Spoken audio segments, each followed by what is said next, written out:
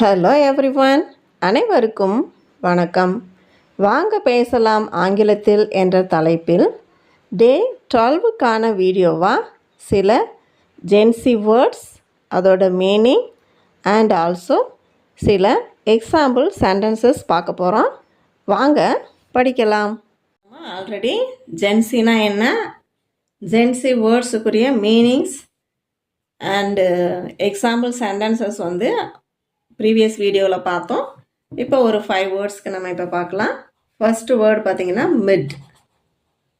இந்த வேர்டுலேயே மீனிங் இருக்குது. மிட் அப்படின்னா ஆவரேஜ்,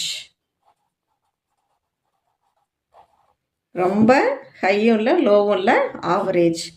நாட் இம்ப்ரெசிவ், ரொம்ப நல்லா பண்ணியிருக்கான், ரொம்ப நல்லா இருக்குது அப்படின்னு ரொம்ப இம்ப்ரெஸ் ஆகிற அளவுக்கு அதில் ஒன்றும் இல்லை, ஓகேவாக தான் இருக்குது அப்படிங்கிறத தான் மிட் அப்படின்னு சொல்லலாம். இப்போ சாப்பாடு சாப்பிட்றோம், அது எப்படி இருக்குன்னு கேட்குறோம் அப்படின்னா த ஃபுட் வாஸ் மிட். கொஞ்சம் ஓகேவாக இருந்துச்சு, ரொம்ப சூப்பராக இல்லை, பட் ஆனால் ஓகே தான் அப்படிங்கிறத குறிக்கிறதுக்கு தான் இந்த மிட்டுங்கிற வார்த்தை பயன்படுது. அடுத்தது பார்த்திங்கன்னா டெலுலு. டெலுலு டெலுலு அப்படின்னா டெலியூஷனல் ஏ ஃபன்னி வே. நம்ம ஒரு ஃபன்னியான விதமாக ஏதோ ஒன்று கற்பனை பண்ணிக்கிறது, அதுதான் டெலுலு. நம்ம கற்பனை, அதுதான் டெலியூஷனல் இன் ஏ ஃபன்னி வே. அதுக்கு எக்ஸாம்பிள் என்னன்னு பார்த்தீங்கன்னா I'm delulu if I think I'll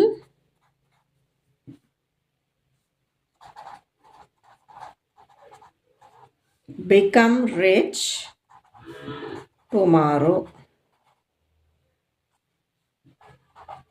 நாளைக்கு நான் பணக்காரன் ஆகிடுவேன் அப்படின்னு நினச்சாலே எனக்கு ரொம்ப ஃபன்னியாக இருக்குது அப்படின்னு சொல்கிறதுக்கு தான் டெலுலு. எக்ஸாம்பிள் சென்டென்ஸ் இது. ஸோ ஏதோ ஒரு விஷயத்த இதை நினச்சா எனக்கு ரொம்ப சிரிப்பாக இருக்குது, ஆனால் அதை நம்ம ட்ரீம் பண்ணுறோம், இமேஜின் பண்ணி பார்க்குறோம், அதுதான் டெலுலு. அடுத்தது கோட். நம்ம எல்லோரும் பார்த்துருப்போம் கோட் ஃபில்ம். ஸோ அதுலேயே நம்மளுக்கு தெரிஞ்சிடும் மீனிங் என்னன்னு. Greatest of all time. Greatest of all time, அதுதான் கோட். எக்ஸாம்பிளுக்கு யாரோ ஒருத்தவங்கள சொல்லி இப்போ மெஸ்ஸி அப்படின்னு நினச்சிட்டோன்னா Messi is the GOAT. So Messi தான் எல்லா நேரத்துலேயும் கிரேட் அப்படின்னு சொல்கிறது தான். அடுத்தது சஸ். சஸ் அப்படின்னா சஸ்பீஷியஸ். ஏதோ ஒரு விஷயத்தை பற்றி நம்ம அதில் ஏதோ இருக்குது அப்படின்னு நம்ம சந்தேகப்படுறது. அதுக்கு எக்ஸாம்பிள் சென்டென்ஸ் பார்த்தீங்கன்னா that sounds sus. ஏதோ பேசிகிட்டு இருக்கும் பொழுது அது எனக்கு என்னமோ சந்தேகமாக தான் இருக்குது அப்படின்னு சொல்லணும்னு வச்சுக்கோங்களேன், அப்போ சஸ்ன்னு சொல்லலாம். that sounds sus, அது எனக்கு சந்தேகமாக இருக்குது, சஸ்பீஷியஸ், சஸ். அடுத்தது ப்ரோ.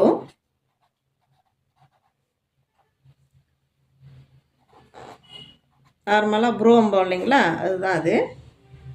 எப்போ சொல்கிறது அப்படின்னு பார்த்தீங்கன்னா எக்ஸ்ப்ரெஷன் ஆஃப் ஷாக். நம்ம ஏதோ ஒரு விஷயத்தை கேட்டு ஷாக் ஆகும்போது ப்ரோ அப்படிம்போம் இல்லையா, அதுதான். அதே தான் அந்த எக்ஸ்ப்ரெஷன் கொடுத்துட்டு ப்ரோ. வாட் வாஸ் தட், அது என்ன, அதை பற்றி நான் தெரிஞ்சுக்கலாமா, இதை நான் உன்கிட்டேருந்து எதிர்பார்க்கவே இல்லையே அப்படிங்கிற மாதிரி சொல்லுவோம் இல்லைங்களா. அப்போ ப்ரோ வாட் வாஸ் தட். ப்ரோனா bro expression of shock. Mid average, not impressive. Example sentence, the food was mid. Delulu, delusional in a funny way. I am delulu if I think I'll become rich tomorrow. Goat, greatest of all time. Messi is the goat. Sus, suspicious. That sounds sus.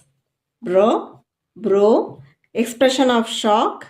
Bro, what was that? In the next video, let us meet with some more words. And thank you